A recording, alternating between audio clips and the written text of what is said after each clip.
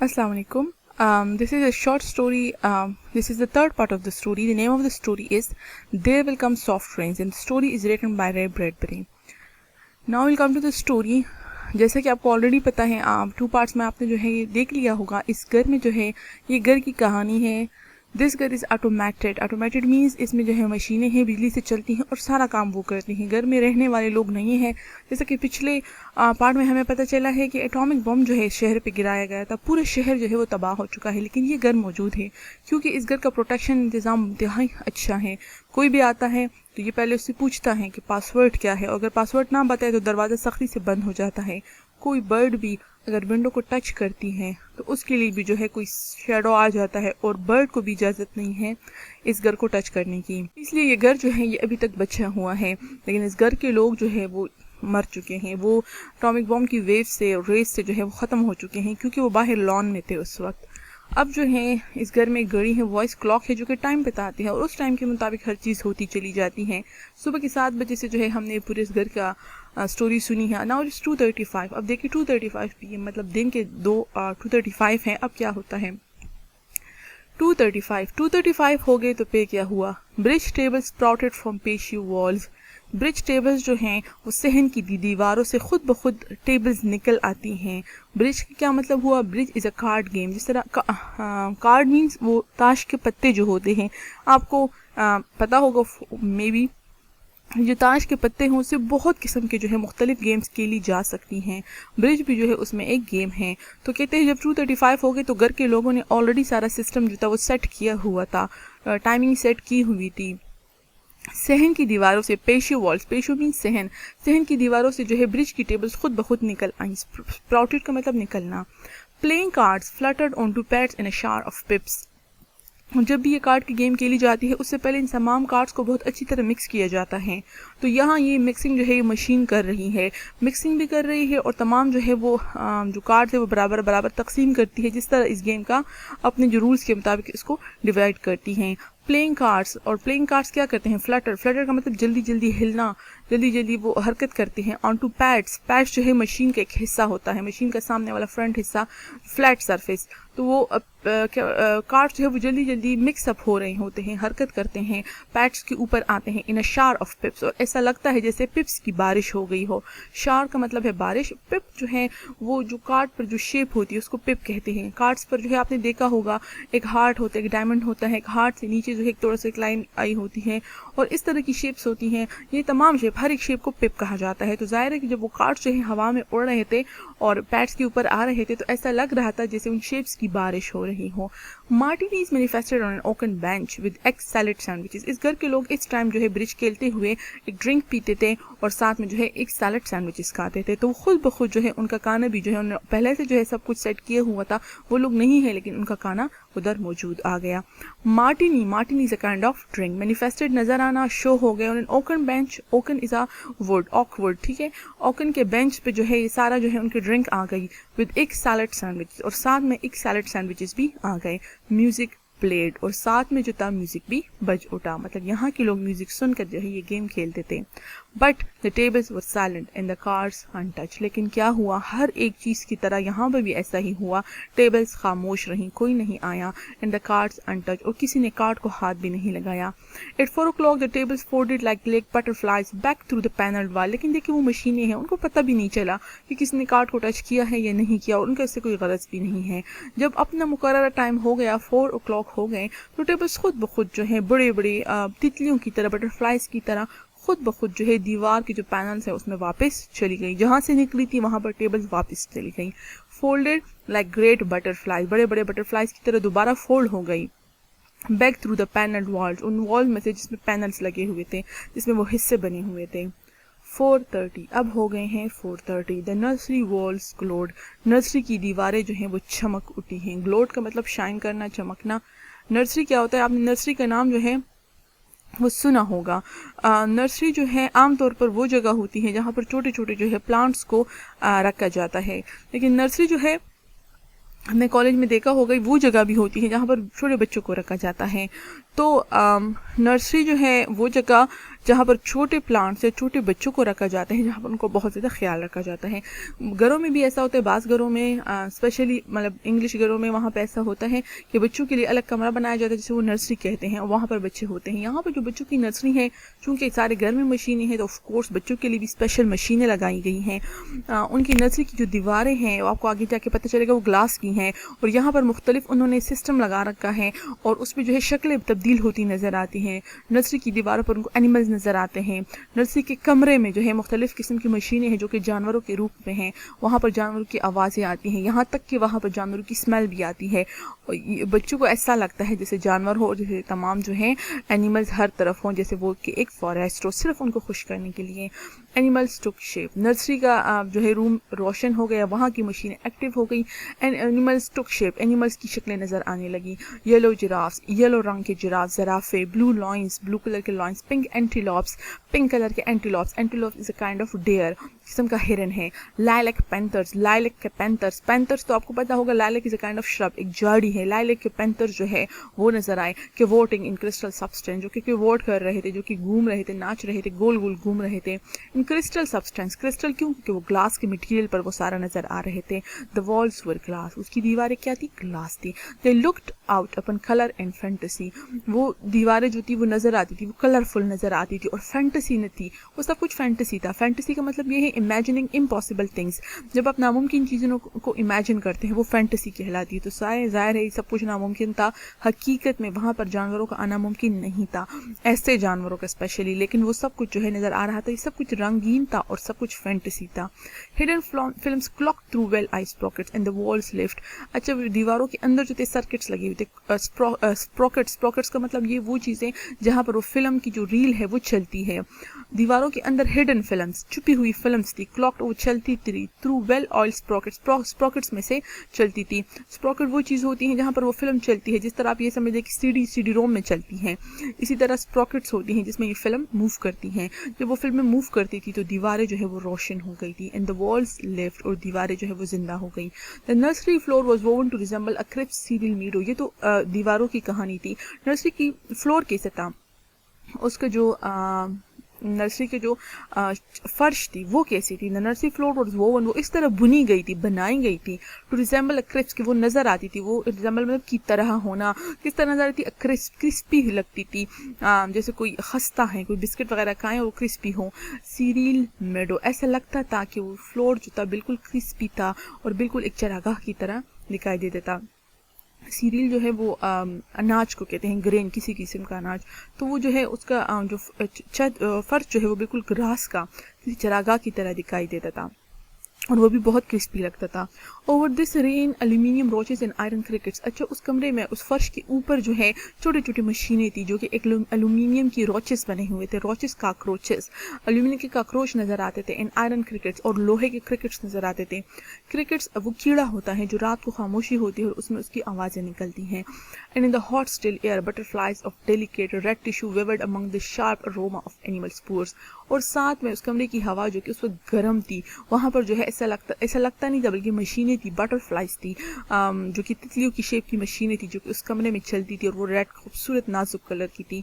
Butterflies of delicate नाजुक red tissue, red colour का tissue की वो बनी हुई थी, वेवर्ड, और वो हरकत करती थी, among the sharp aroma of animal spoors, और उस कमरे में जो है जानवरों की खुशबू भी फैली हुई थी, तेज खुशबू, शार्प तेज अरोमा बू स्मेल, एनिमल स्पूअर्स भी स्मेल है, मुख्तलिफ जानवरों की तेज स्मेल जो थी उस कमरे में फैली हुई थी, उस कमरे में जो है बटरफ्लाइज भी उड़ती फिरती दिखाई देती थी। There was the sound like a great matted yellow hive of bees within a dark bellow, the lazy mumble of a purring lion, साथ में जो ये सब आपको उनको नजर आ रहा था बच्चों को, ऑफ कोर्स बच्चे तो नहीं थे लेकिन कमरे में वो सब नजर आ रहा था बच्चों की खातिर, और साथ में जो थी ऐसी आवाज़ें आ रही थी जैसे जंगल में आवाज़ें आती हों। Great matted yellow hive, matted का मतलब होता है, अच्छा हाइव का मतलब होता है बी हाइव है ना, ये हाइव शहद की मक्खियों का जो छत्ता होता है, और वो येलो कलर का इसलिए बताया गया क्योंकि वो गोल्डन कलर का ही होता है। मेटेड का मतलब होता है जो कि बहुत झाड़ियों में जो है अंदर जो है वो बना हुआ हो, झाड़ियों के अंदर इंटेंगल्ड हो, वहाँ जो है फंसा हुआ हो। विद इन अ डार्क बेलो, बेलो जो है एक इंस्ट्रूमेंट होता है जिससे हवा फूंकते हैं, जैसे आग जलानी हो उससे हवा, उसको हवा देते हैं या किसी और चीज़ को, लेकिन ये एक इंस्ट्रूमेंट सा होता है। तो कहते हैं उसमें ऐसी आवाज़ें आ रही थी जैसे आमतौर पर जंगलों में आवाज़ें आती हैं। उस कमरे में जो थी ऐसी आवाज़ें थी जैसे शहद की मक्खियों का छत्ता झाड़ियों में फंसा हुआ हो और कोई उसको बैलों से हवा दे तो बहुत ज़्यादा शोर की आवाज़ें आ रही थी।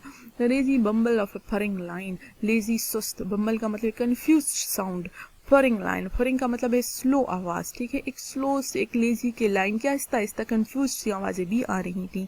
And there was the patter of okapi feet, और साथ में उकापी के पाँव की टक टक की आवाज़ भी आ रही थी। पैटर एक खास आवाज़ है, जिस तरह जानवरों के पाँव की टक टक की आवाज़ होती है। उकापी इज एन एनिमल, एक जानवर है। In the murmur of a fresh jungle rain, और साथ में जो है ऐसी आवाज़ आ रही थी जैसे जंगल में बारिश हो रही हो, उसकी मरमर की आवाज़ें आ रही थी।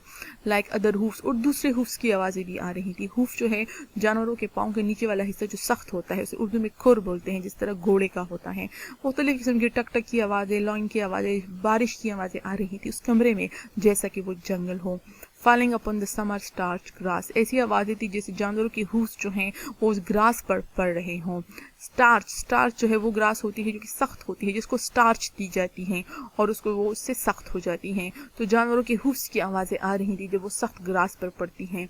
Now the walls dissolve into distances of parch grass, mile उन माइल। कुछ अरसे तक ये सब कुछ जो है चला, थोड़े टाइम तक आपको आगे पता चल गया। हाफ आवर था ये बच्चों का, आधे घंटे तक ये सब कुछ चला। जाहिर है फिर सब कुछ जो है वो ख़त्म होने लगा। तो was dissolve in distances of 5 glass mile on mile, और फिर ऐसा लगा जैसे मीलों तक जो है सिर्फ ग्रास ही रह गई हो और तमाम वॉल्स जो है वो ख़त्म होती दिखाई दे रही थी। एंड वार्म एंडलेस स्काई, नीचे जो है ग्रास नज़र आई और ऊपर जो है वो स्काई नज़र आया, गर्म ना ख़त्म होने वाला आसमान दिखाई दिया।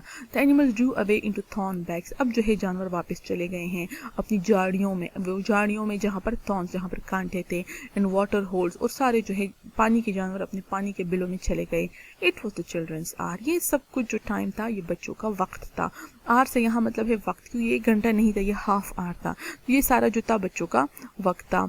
5 o'clock, 4:30 को ये टाइम शुरू हो गया हुआ था और अब जो है ये क्या है 5 o'clock। The bath filled with clear hot water, जब 5 बज गए तो जो है ये घर के लोगों के बात लेने का वक्त है। तो वॉशरूम्स में जो वॉशरूम बाथ टब थे उन टब में जो है साफ पानी, गर्म पानी भर गया, क्योंकि सर्दी का मौसम था इसलिए वहाँ गर्म पानी उनके बात के लिए आ गया। 6, 7, 8 o'clock, 6, 7 और फिर 8 बज गए। The dinner dishes manipulated like magic tricks and in the study a click, dinner की जो डिशेज थी, जो खाने के रात के खाने के जो बर्तन थे वो खुद ब खुद हरकत करने लगे जैसे कोई जादुई करतब हो। मैजिक ट्रिक, ट्रिक करतब, मैजिक ऑफ कोर्स जादू, मैनिपुलेटेड का मतलब है महारत, हैंडल स्किलफुली, महारत से संभालना। तो वो डिशेज मशीनें जो है खुद ब खुद डिशेज को इधर उधर करने लगी। And in the study a click, अब स्टडी में क्या हुआ, क्लिक की आवाज़ आई। वहाँ पर किचन में खाना तैयार हो रहे हैं रात का और स्टडी में जो है उसमें भी एक मशीन ऑन हो गई। In the metal stand opposite the hearth where a fire now blazed up warmly, a cigar popped out, half an inch of soft grey ash on it, smoking waiting. अच्छा, वहाँ पर study में जो था, जो आग की जगह थी, hearth is a fire place, जहाँ पर लोग आग जलाते हैं, मतलब जैसे हमारे यहाँ हीटर होते हैं, वहाँ पर उनकी अलग सी जगह आपने देखी होंगी। कमरे के अंदर जो है एक स्टैंड सा होता है जहाँ आग लगाई जाती है। हर्थ जो थी वहाँ पर जो आग की जगह थी उसके सामने एक मेटल स्टैंड था, जहाँ अब और हर्थ में जो थी where a fire now blazed up warmly, एक आग तेज जो है आग जो है वहाँ पर जल उठी थी। सिगार पॉप्ड आउट, उस स्टैंड में से जो है एक सिगार निकल आया, पॉप्ड आउट निकलना, half an inch of soft grey ash on it, उस सिगार के ऊपर हल्का सा छोटे से जो है ग्रे कलर की राख भी लगी हुई थी। स्मोकिंग वेटिंग, वो सिगार जो था वो ऑलरेडी जल रहा था, उससे धुआं निकल रहा था और सिगार इंतज़ार कर रहा था। ये वक्त था कि घर का एक फ़र्द जो था वो आता था और उधर पर सिगार पीता था। तो सिगार तो तैयार था लेकिन कोई आया नहीं। 9 o'clock, रात के 9 बज गए। The beds warm their hidden circuits for nights were cool here, यहाँ पर बेड्स जो थे खुद ब खुद गर्म हो गए क्योंकि उनके अंदर सर्किट्स थी, छुपी हुई बिजली की तारें थी जिससे जो है बेड्स गर्म हो गए। क्यों? For nights were cool here, क्योंकि यहाँ पर रातें ठंडी हुआ करती थी, इसलिए सब कुछ गर्मी का इंतज़ाम था। मतलब ये कि घर के लोग अब सोने की तैयारी कर रहे होंगे, ये वो टाइम होता था नॉर्मली। 9:05 हो गए। A voice spoke from the study ceiling, study की छत से एक आवाज़ आई, Mrs McClellan which poem would you like this evening? The house was silent. Study की छत से एक आवाज़ आई और उसने कहा, मिसेज मैक्लेलन आज की रात आप कौन सी पोएम जो है वो सुनना पसंद करेंगी आज की शाम? लेकिन ऑफ कोर्स घर खामोश था। मिसेज मैक्लेलन का मतलब एक औरत थी, एक स्टडी में इस टाइम जो है वो स्टडी में बैठकर पोएम सुना करती थी। तो स्टडी की छत से उनको बुलाया गया कि आप अपनी मर्जी की हमें पोएम बता दें, लेकिन ऑफ कोर्स कोई नहीं था। The voice said at last, उस आवाज़ ने थोड़ा इंतजार किया और फिर वो खुद ही बोलने लगा, since you express no preference I shall select a poem at random. उस आवाज़ ने कहा कि चूंकि आपने मुझे अपनी कोई चॉइस नहीं बताई है, मैं खुद ही रैंडमली जो है एक पोएम सेलेक्ट कर देती हूँ। रैंडम का मतलब है बाई चांस, कोई भी पोएम जो है मैं उठा लेता हूँ। Quiet music rose to back the voice, और फिर खामोश जो है स्लो म्यूजिक भी जो है चलने लगा उस आवाज़ के पीछे पीछे। Sara Teasdale is I recall your favourite, अब जो है वो कौन सी पोएम सुना रही है, वो उसे कहती है कि मैं आपको सारा टीसडेल की पोएम सुनाती हूँ, as I recall your favourite, जो कि मुझे याद पड़ता है कि आपकी फेवरेट है। सारा टीसडेल की ये पोएम जो है ये आपकी फेवरेट है, ये मैं सेलेक्ट करती हूँ और आपको सुनाती हूँ।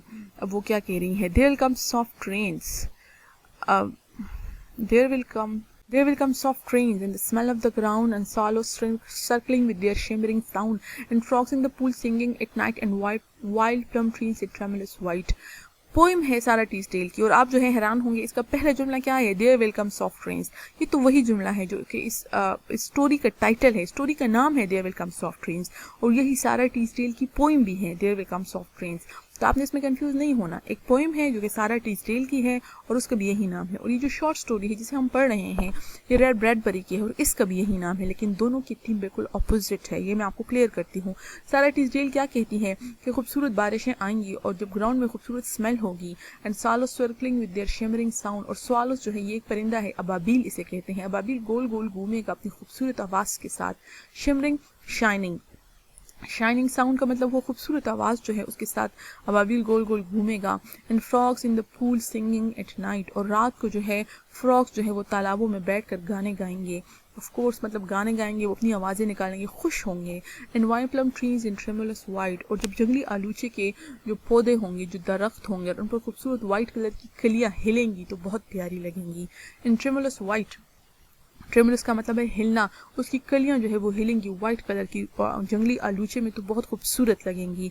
Robin will wear their feathery fire, robin जो है वो अपने फेदरी फायर पहनेंगे, इसका मतलब कि फेदर्स ऑफ कोर्स जो है वो परों को कहते हैं, फायर आग को कहते हैं। रॉबिन एक परिंदा है, ये परिंदा जो है वो ग्रे और उस कलर का होता है, ग्रे एंड ऑरेंज कलर का होता है, तो कहते हैं रॉबिन जिनका कलर जो है ग्रे एंड ऑरेंज है वो बहुत खूबसूरत नजर आएंगे, ऐसा लगेगा जैसे उन्होंने आग के पर जो है वो पहने हुए हैं। whistling their wings on a low fence wire, robin का जो परिंदा है वो एक छोटे जंगले की तार पर बैठकर जो है अपनी मर्जी के गीत गाएगा। विस्लिंग अपनी मर्जी, विस्लिंग सीटी बजाना मतलब गीत गाना, विंग्स जो है मर्जी, ख्वाहिश, डिजायर्स, लो फेंस जंगला, एक छोटे से जंगले की वायर तार पे बैठकर जो है अपनी मर्जी के गीत गाएगा।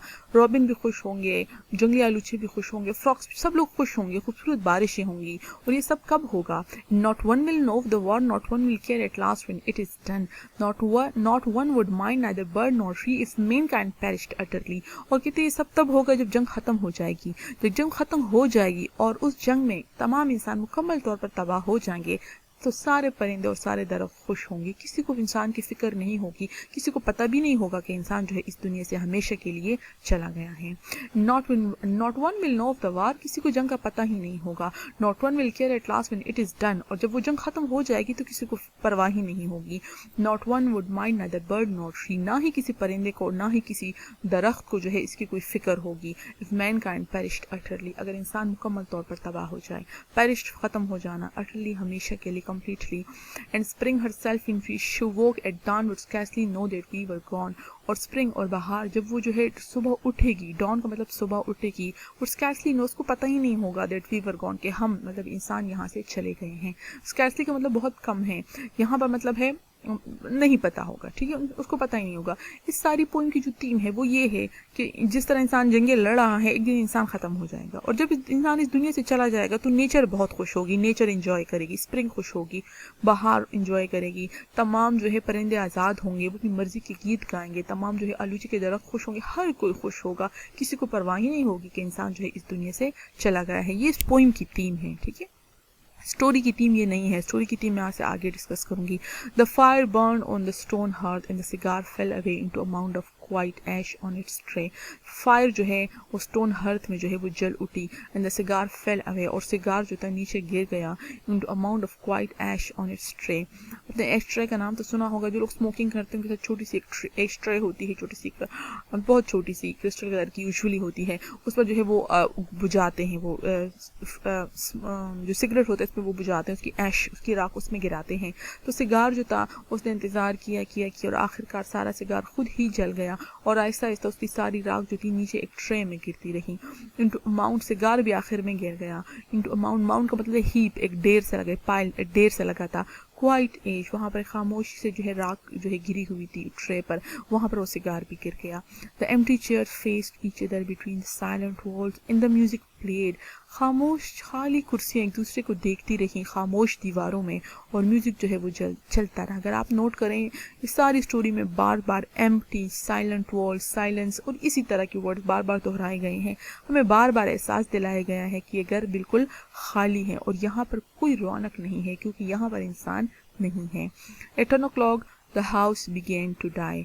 10 बजे ये घर मरने लगा। मरने लगे का मतलब ये है कि अब 10 बजे गए, इन घर के लोगों ने टाइम फिक्स किया हुआ है और अब लाइट्स जो है वो ऑफ होने लगी है, लाइट्स ऑफ होने लगी हैं, सारी मशीनें बंद होने लगी हैं क्योंकि ऑफ कोर्स ये सोने का वक्त है। तो अब जो है ज़ाहिर है रात को ना वो वॉइस क्लॉक बोलेगी और ना ही जो है कोई लाइट्स लगेंगी क्योंकि घर के लोगों के सोने का वक्त जो है वो आ गया है।